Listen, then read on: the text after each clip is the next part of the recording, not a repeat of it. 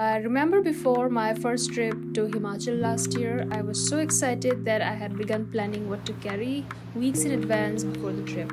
And that's not something that I dismiss as unnecessary, because a trip to Himachal requires some planning while packing up for, especially if you want to have a smooth trip with not too many hiccups.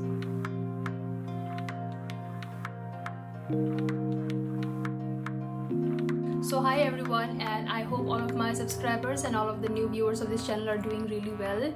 I know it's been a while since I've shown up on YouTube, and that's because I've been super busy. Things have been very chaotic at my end. So as you might not know, I'm in Kolkata right now and the weather here is scorching, but we all know that winter is around the corner and some of us might be planning trips to Himachal right now.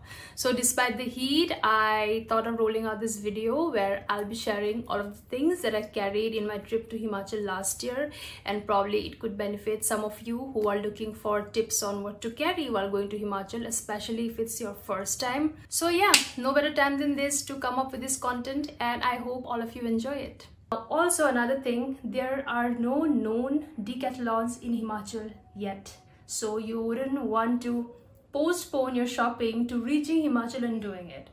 And although there are a lot of local stores there which sell any kind of winter goods that you might need to survive Himachal's cold, I would still advise you to not rely on that, because those stores are not in every part of Himachal. Chances are that you might find yourself in such a remote area and there are no such shops around. First things first, let's talk about the baggage. You wouldn't want to carry a really big, huge 72 centimeters trolley with you while you're in Himachal. What I'd suggest is you carry a small 55 centimeters, no taller than 20 inches sort of a trolley, because you never know, your homestay or the place where you had booked your stay might be perched atop some hilltop or some mountain where no two-wheelers reach. So in that case, you'll have to lug all of that chunk behind you all the way up, which takes the whole fun out of the thing. And it may sound like adventurous to some of you, but it's actually not adventurous when it comes down to it. And at the end of the day, it always helps you to stay in control. That is a lighter luggage. First and foremost is a pair of thermal trousers and a pair of thermal upperwear like this one.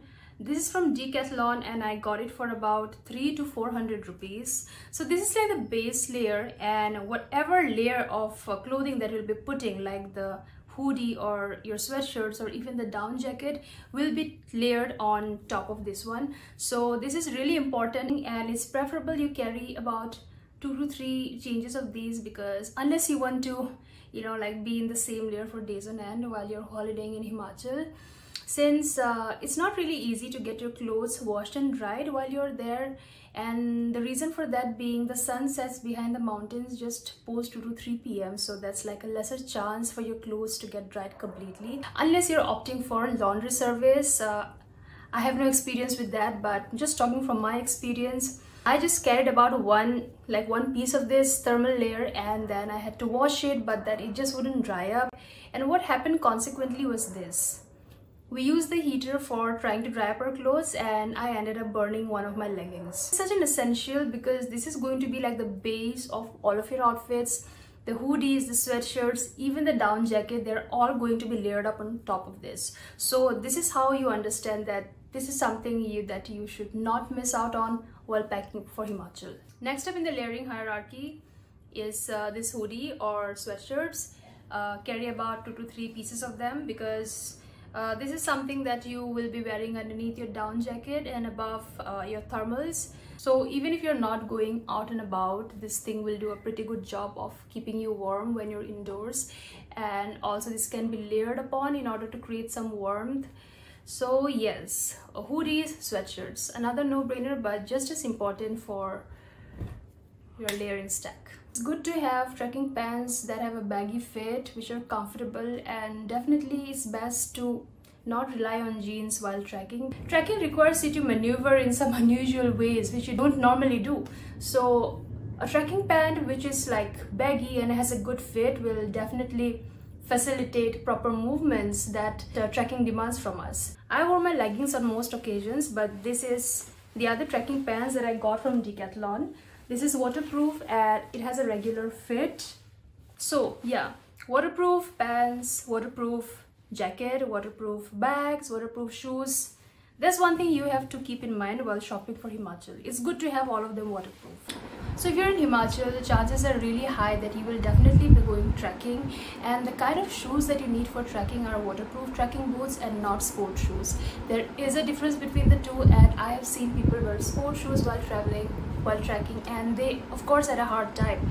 So the thing is that you need to get waterproof ones, because you might have to travel through rivulets or streams while hiking up and down, and even have your feet like dunk into inches of snow.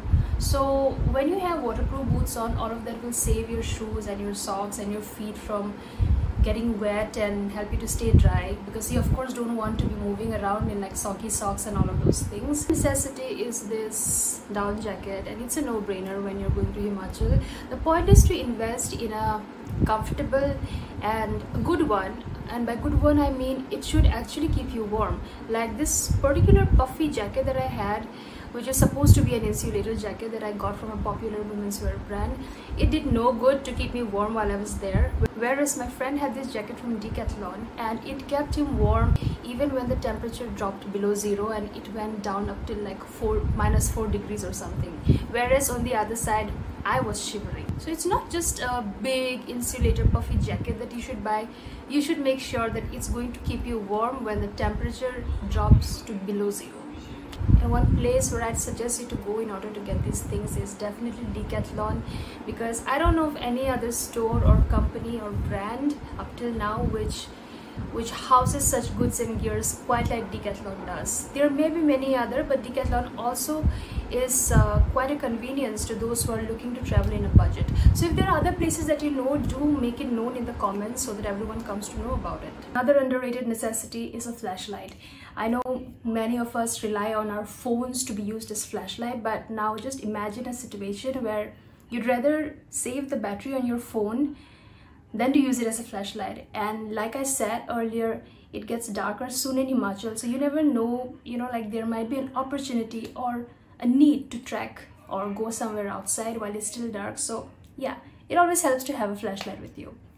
The next necessity is carrying a day pack. A day pack is basically like a backpack, but it's not really your main backpack. It's smaller than that, and it can carry most of your necessities, the essentials. So it's important to carry one with you outside of the main backpack that you'll be carrying. Then we've got the rain cover for your backpack, because there could be rain showers, snow showers, any of them out of the blue in Himachal, like it had happened with us. But thankfully we had the rain cover with us, so we did not have to bother about our bags getting wet while we were once trekking down from Waichin. On the same note, you'll also need a rain cover and a poncho for yourself.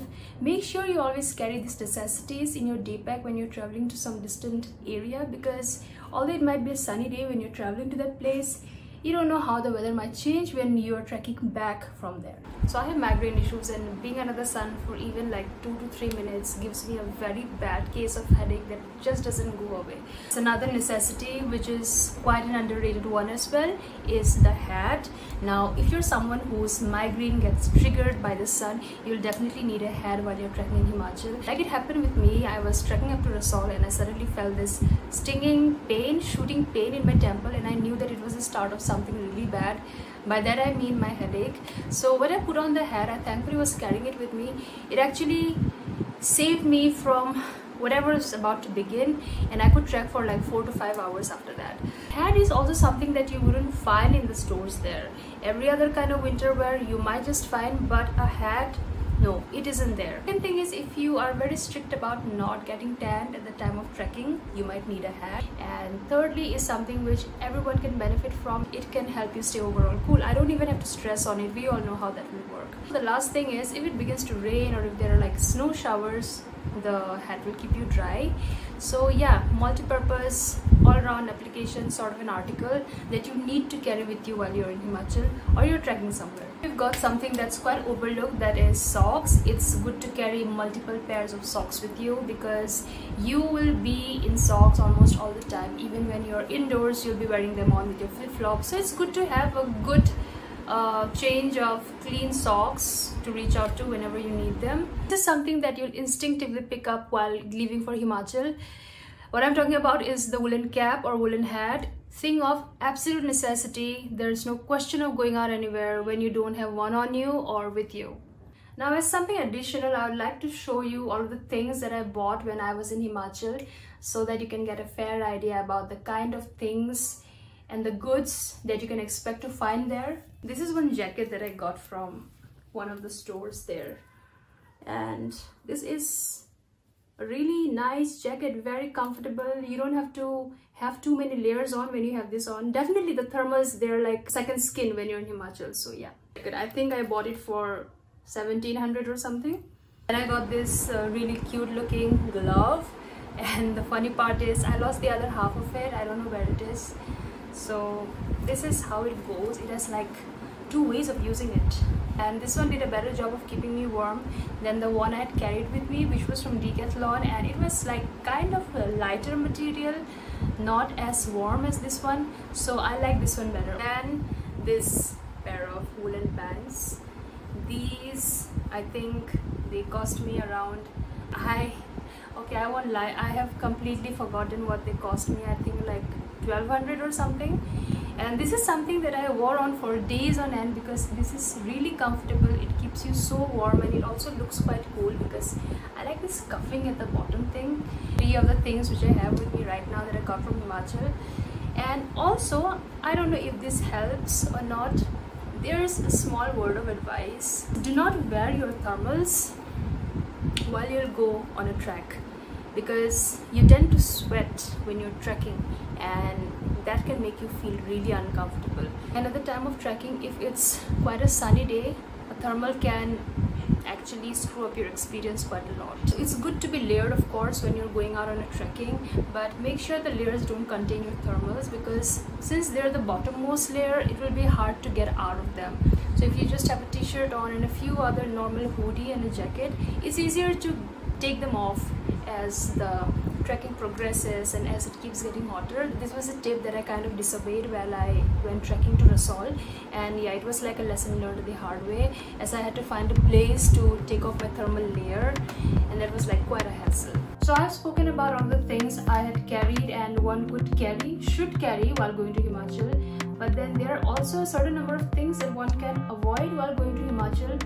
One of those is heels and platforms. Heels and platforms, they're of no use in Himachal because, unless that is you're not trekking, but most of the terrain in Himachal is like rather jagged and winding and like you know, going up and down. So it's better to be in shoes which give you more mobility, like the trekking shoes. I think this is that time, one of those times in the year when you can leave behind the jeans in the wardrobes back in your homes and not carry them to Himachal, because they're no good while trekking. They don't help you maneuver, and they also add a lot of unnecessary weight in your luggage, which could have been maybe occupied by something else that's more important while you are like on a trip to Himachal. So I think at this point I have talked about most of the important things that are required while traveling to Himachal, but there are a few of them still remaining, and those are like the knickknacks, the finer details, which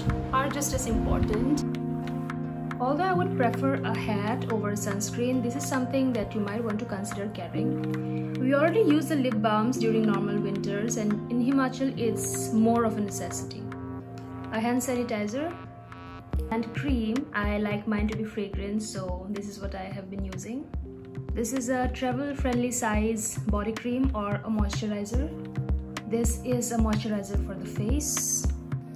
I'm really big on long warm showers in fragrant shower gels, especially after returning from those long treks where I've been in the same sweaty clothes for days on end in really rough conditions. Most of you might know this. This is a toilet seat sanitizer and something that I always carry with me while traveling. And finally, the sunglasses. Energy bars. So that's it for the listicle, and I hope I was able to get as exhaustive as I could with it. And all of you that watched this video in order to get some tips, I hope you benefit from it. And yeah, I'll see you soon in the next video then, and take care all of you, and bye.